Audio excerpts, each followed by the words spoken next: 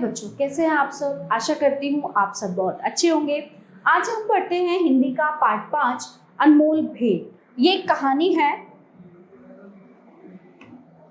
रामचरण 12 वर्ष की आयु से अपने मालिक का बच्चा खिलाने पर नौकर हुआ करता था। उसके पश्चात काफी समय बीत गया।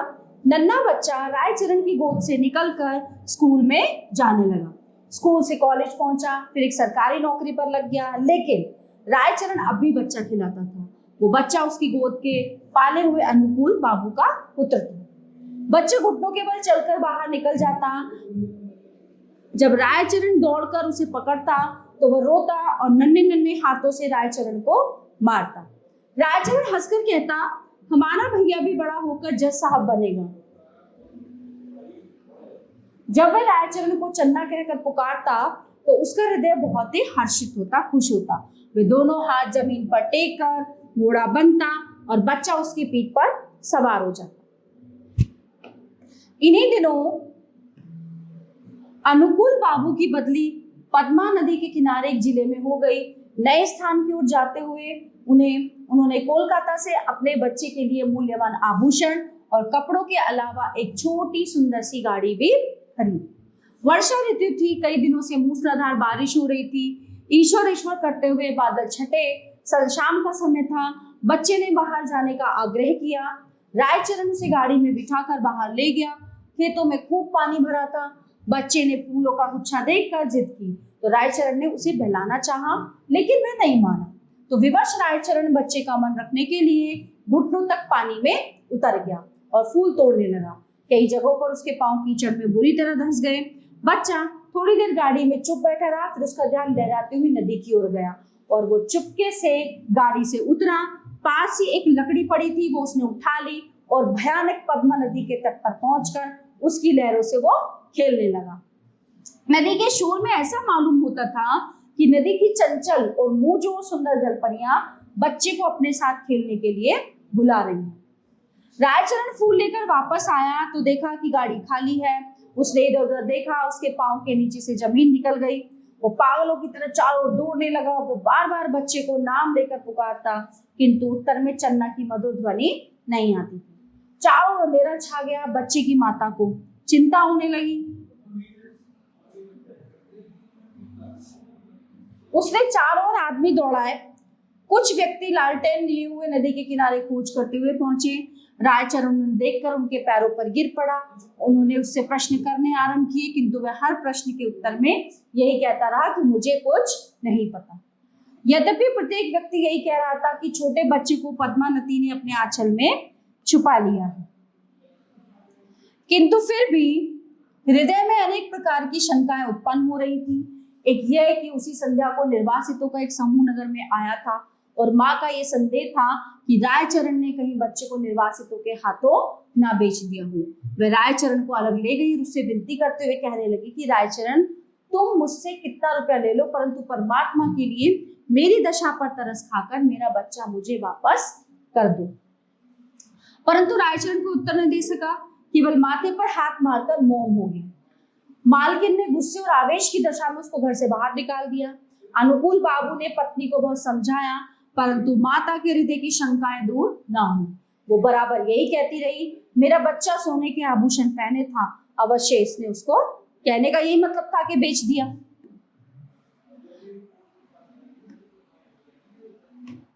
रायचरण अपने गांव वापस चला गया। उसके कोई संतान न थी, नहीं संतान होने की कोई संभावना थी, किंतु साल की समाप्ति पर उसके घर में पुत्र ने जन्म लिया।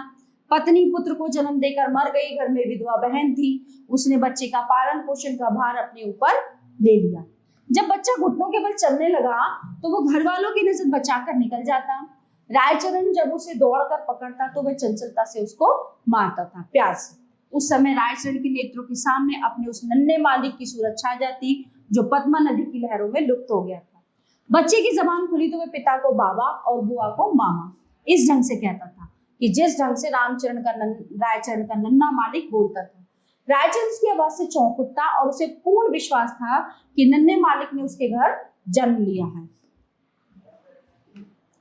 इस विचार को निर्धारित करने के लिए उसके पास 3 प्रमाण थे। एक तो ये कि नन्हे मालिक की मृत्यु के थोड़े समय बाद फलन पैदा हुआ। जबकि उसकी पत्नी बूढ़ी हो गई थी और संतान उत्पत्ति की कोई आशा नहीं थी। दूसरा ये कि बच्चे के बोलने का ढंग और उसकी संपूर्ण भाव भंगिमाएं नन्हे मालिक से मिलती जुलती थी। वो हर समय बच्चे की देखभाल में लगा रहता। उसे डर था कि उसका नन्हा मालिक फिर से गायब न हो जाए। वो बच्चे के लिए गाड़ी लाया और पत्नी के आभूषण बेचकर अपने बच्चे के आभूषण उसने बनवाए। वो उसे गाड़ी में बैठाकर प्रतिदिन घुमाने के लिए बाहर ले जाता था। धीरे धीरे समय बीतता गया, बच्चा बड़ा हो गया, सयाना हो गया, परंतु लाड़ प्यार में वो बहुत बिगड़ गया था। किसी से सीधे वो बात ना करता था। गांव के लड़के उसे लाट साहब कहकर छेड़ते थे। जब रायचरण अपनी थोड़ी सी जमीन बेचकर कोलकाता आ गया, उसने दौड़ धूप करके नौकरी खोजी और फलन को स्कूल में दाखिल करा दिया और उसको पूर्ण विश्वास था कि फलन बड़ा होकर अवश्य ही जज बनेगा। फलन अब 12 वर्ष का हो गया था। अब वह खूब पढ़ लिख सकता था। उसका स्वास्थ्य व शक्ल सूरत भी अच्छी थी। उसको बनाव श्रृंगार की बहुत चिंता रहती। जब देखो तब हतर शीशा हाथ में लिए बाल बनाता रहता। वो अपव्ययी भी बहुत था। पिता की सारी आय व्यर्थ की विलास सामग्री में व्यय कर देता। रायचरण उससे प्रेम तो पिता की भांति करता, किंतु प्राय उसका बर्ताव उस लड़के से ऐसा ही था जैसे मालिक और नौकर का होता है। उसका फलन भी उसे पिता न समझता था और रायचरण स्वयं को फलन का पिता प्रकट करता भी नहीं था। छात्रावास के विद्यार्थी रायचरण के गंवारपन का उपहास करते और फलन भी उन्हीं के साथ मिल जाता। रायचरण ने जमीन बेचकर जो कुछ रुपया प्राप्त किया वो लगभग समाप्त हो चुका था। फलन अपने पिता से जेब खर्च विलास की सामग्री और अच्छे अच्छे वस्त्रों के लिए हमेशा झगड़ता रहता था। आखिर एक युक्ति रायचरण के दिमाग में आई।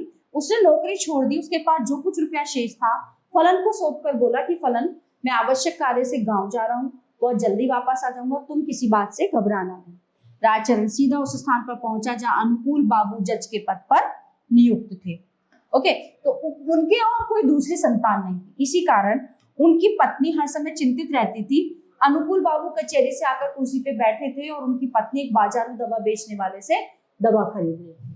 काफी दिनों के बाद अचानक अपने वृद्ध नौकर रायचरण को याद करके उन्हें रायचरण पर बहुत दया आई और उससे पूछा, क्या तुम फिर से नौकरी करना चाहते हो? रायचरण ने मुस्कुराकर उत्तर दिया कि मैं तो मालकिन के चरण छूना चाहता हूँ।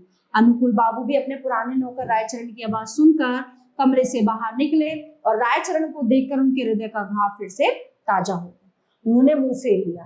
रायचरण ने अनुकूल बाबू को देखकर कहा, सरकार, आपके बच्चे को पद्मा नदी नहीं बल्कि मैंने चुराया है। अनुकूल बाबू ने आश्चर्य से कहा, तुम ये क्या कह रहे हो? क्या मेरा बच्चा वास्तव में जिंदा है? उसकी पत्नी ने उछलकर कहा, भगवान के लिए बताओ मेरा बच्चा कहाँ है? तो रायचरण ने कहा, आप संतोष रखें, आपका बच्चा इस समय भी मेरे पास है। अनुकूल बाबू की पत्नी ने रायचरण से विनती करते हुए कहा, मुझे बताओ। रायचरण ने कहा, मैं उसे परसों ले आऊंगा। रविवार का दिन था। जज साहब अपने मकान में बड़ी बेचैनी से रायचरण की प्रतीक्षा कर रहे थे।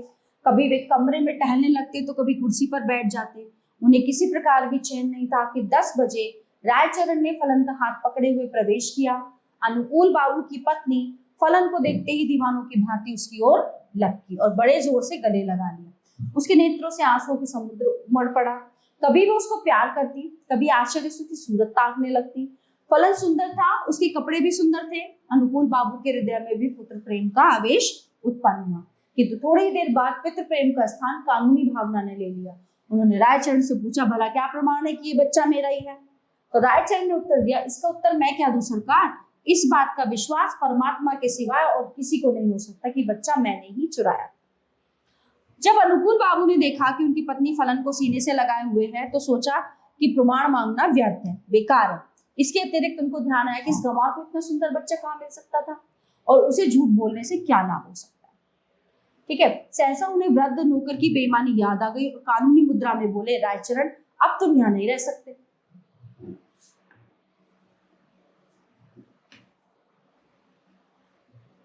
रायचरण ने ठंडी सांस भरकर कहा, सरकार, अब मैं कहाँ जाऊं? बूढ़ा हो गया हूं, अब मुझे कोई नौकर भी नहीं रखेगा। भगवान के लिए अपने द्वार पर पड़ा रहने दीजिए।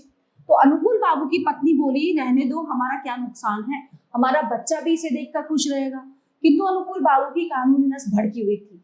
उन्होंने तुरंत उत्तर दिया, नहीं, इसका अपराध बिल्कुल क्षमा नहीं किया जा सकता। रायचरण ने फिर कहा, सरकार, मेरा कोई अपराध नहीं है। अनुकूल बाबू ने त्योरी पर बल डालते हुए कहा, तो फिर किसका अपराध है? रायचरण ने उत्तर दिया, मेरे भाग्य का। परंतु कोई शिक्षित व्यक्ति भाग्य का अस्तित्व स्वीकार नहीं कर सकता, जो पढ़ा लिखा इंसान। फलन को जब यह पता चला कि वास्तव में वह धनी व्यक्ति का पुत्र है, तो उसे रायचरण की इस चेष्टा पर बहुत गुस्सा आया। उसने इतने दिनों तक उसे क्यों कष्ट में रखा। फिर रायचरण को देखकर उसे दया भी आ गई। उसने अनुकूल बाबू से कहा, पिताजी इसको क्षमा कर दीजिए, यदि आप इसे अपने साथ नहीं रखना चाहते तो इसकी थोड़ी सी पेंशन निर्धारित कर दें।